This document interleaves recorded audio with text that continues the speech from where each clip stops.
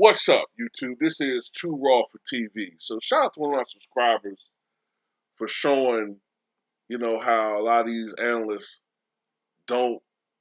They always want a pat on the back when they're right, but when they're wrong, and in Chris Broussard's case, that's like 85% of the time, they have magical amnesia and forget the shit that they said 4, 5 months ago. So I looked at a clip from Undisputed from 5 months ago. That must have been when I don't know. It must have been when Skip and Shannon were on vacation or something. Might have been around the 4th of July or something. But anyway, they were talking about. Matter of fact, that wouldn't make sense. It was in July. That's when free agency is upon the NBA. But anyway, they were talking about DeMar DeRozan signing with the Chicago Bulls, and they all said that at best the Bulls would be like a team that might qualify for the playoffs, right? Scratching and clawing for the playoffs. They said DeMar DeRozan, they were hinting that he was being overpaid. They said that, Jason McIntyre, I think that's his name, he even stated that DeMar DeRozan might be better coming off the bench at this stage of his career. And they were saying there's no way that the Bulls could uh, compete with the juggernaut Brooklyn Nets and even the Bucks. Now, notice they called them the juggernaut Nets 5 months ago. They were just dumping all over the Bulls. Yeah, it might be an entertaining team to watch, but they can't compete with the great teams in the Eastern Conference. By the way, some of the teams that they said that were going to be lookout teams for like really making power moves this season, they said the Atlanta Hawks and the Pacers and the Knicks. They were going to be the three teams that people really going to have to watch out for as far as making a push upward in the Eastern Conference. And they were downplaying the Bucks a little bit, obviously. You know why they do that. But Chris Broussard, you know what? You're almost always wrong. You're never right with your predictions. I can't remember the last time this guy's been right about an NBA Finals prediction. If I'm not mistaken, he predicted that the Suns were going to win in the finals. Uh, he might have picked the Lakers in the bubble. I can't remember. That might have been the only one he got right. I think he picked the Warriors in 2019. He picked the Cavs in 2018-17. Picked the Warriors in 2016. Picked the Cavs in 2015. Picked Miami in 2014. He's always fucking wrong. So, he doesn't have a real good track record. He was wrong when he was on ESPN. He ran his ass to Fox Sports, and he still gets shit wrong. But this is the thing. I didn't think the Bulls would be this good either.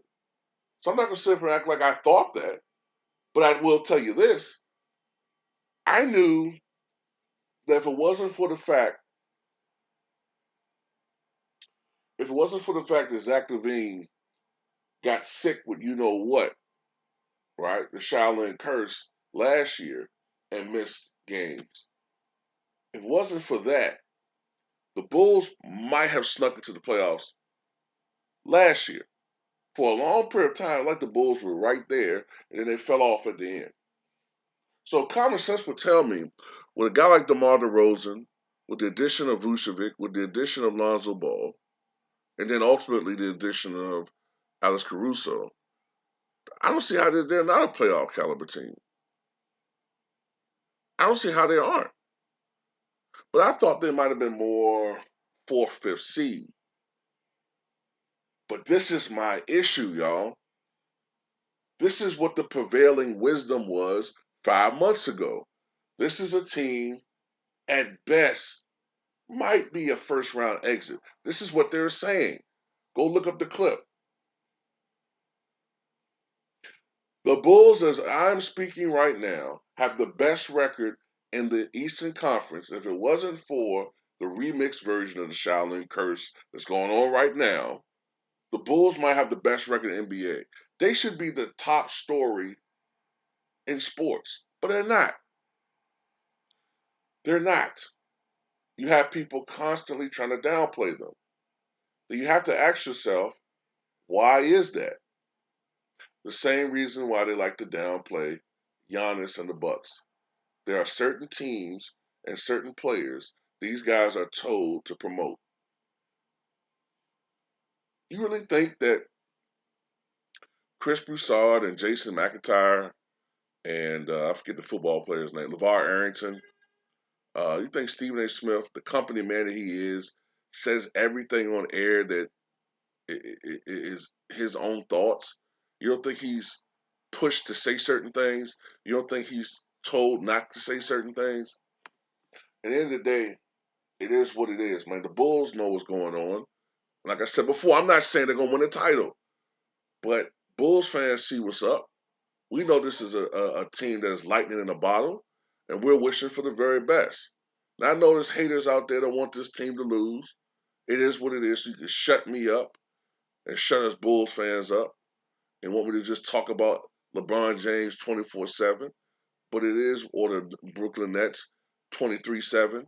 But at the end of the day, the Bulls are there, just like the Bucks, and it will be beautiful, in my opinion, if the Eastern Conference Finals comes down to the Bucks and the Bulls.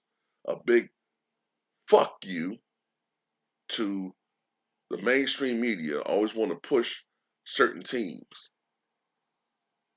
and it will also show, no matter how much you stack the deck, it doesn't guarantee a bought and cheap ring.